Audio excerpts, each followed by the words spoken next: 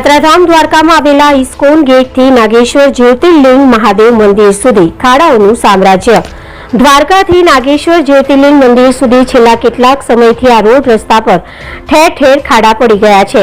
શ્રાવણ માસ દરમિયાન ભગવાન નાગેશ્વર જ્યોતિર્લિંગ દર્શન કરવા જતા વાહન ચાલકો રોડ રસ્તાને લઈ ભારે પરેશાનીનો સામનો કરી રહ્યા છે। આ અંગે દ્વારકાના એડવોકેટ સુનિલ જોશી દ્વારા દેવભૂમિ જિલ્લા કલેક્ટર તેમજ પીએમઓ પોર્ટલ પર ફરિયાદ કરેલ છે।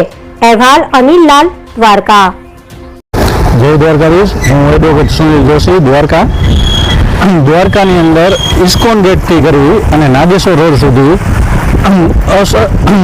असंख्य खाडाओनो साम्राज्य जाने थयुं होय एवुं लागे छे।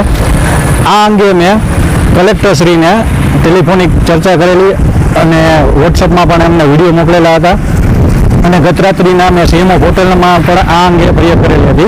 श्रावण मासना पवित्र मासनी अंदर पण आवा रोडना कारणे असह्य पीड़ाई अने यात्रिको छे अहींथी वाहन चालक चलावता हता। जे अंगे मैं सीएमओ पोर्ટલમાં અને કલેક્ટરશ્રીને પણ રજૂઆત કરેલ છે।